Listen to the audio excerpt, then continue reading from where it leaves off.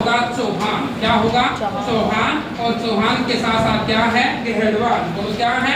गहड़वाल। मतलब चौहान गहड़वाल संघर्ष, गहड़वाल संघर्ष।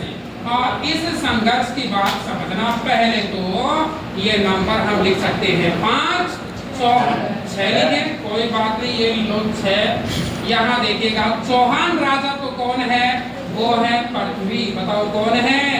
पृथ्वी। कौन सा है ये? तृतीय। और द्वितीय नहीं, तृतीय। कौन सा? तृतीय। देखिए जोर से बोलो, कौन सा? तृतीय। तृतीय। हाँ, अब सही है। यहाँ देखिएगा ये गहड़वाल राजा कौन है? जयचंद। बताओ कौन है? जयचंद। और बोलो कौन है? जयचंद। और बोलो कौन है? जयचंद। जयचंद। और जयचंद भी कौन है? ये गहड़वाल। और ये दोनों आपस में क्या है? मौसेरे भाई।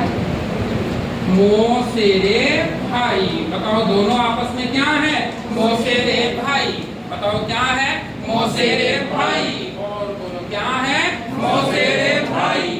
ठीक है कि सर, बात आपकी। पहले बात समझना है कि चौहान गहड़वाल संघर्ष के अगर कारणों की अगर हम बात करें तो पहला सबसे महत्वपूर्ण जो कारण है उसका नाम है दिल्ली के उत्तराधिकार को लेकर। बताओ किसको? दिल्ली के उत्तराधिकार को लेकर। अधिकार को लेकर बात को समझना कि सब दिल्ली के उत्तराधिकार को लेकर संघर्ष क्यों हुआ। तो इसके भी अनेक कारण है। पहली बात समझना है कि दिल्ली का जो राजा है उस राजा का नाम था अगनपाल तोमर। क्या नाम था?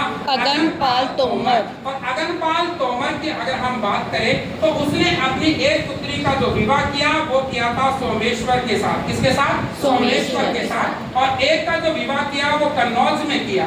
अब हुआ क्या कि इस अगनपाल तोमर के कोई उत्तराधिकार नहीं था, कोई राजकुमार नहीं था, कोई राजकुमार नहीं था। अब राजकुमार नहीं है तो आप लोगों को मालूम होगा कि 2 बेटी और दोनों के 2 सूरवीर पुत्र, क्योंकि जयचंद गहड़वाल भी कमजोर नहीं था, वो भी उस समय का सूरवीर और प्रतापी राजा था।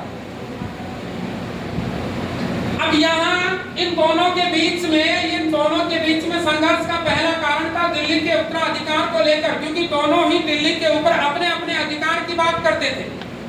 पृथ्वी बोलता था कि दिल्ली के ऊपर क्या है? मेरा अधिकार है। दिल्ली के ऊपर क्या है? मेरा अधिकार है। तो जयचंद बोलता था दिल्ली के ऊपर मेरा अधिकार है। जब दोनों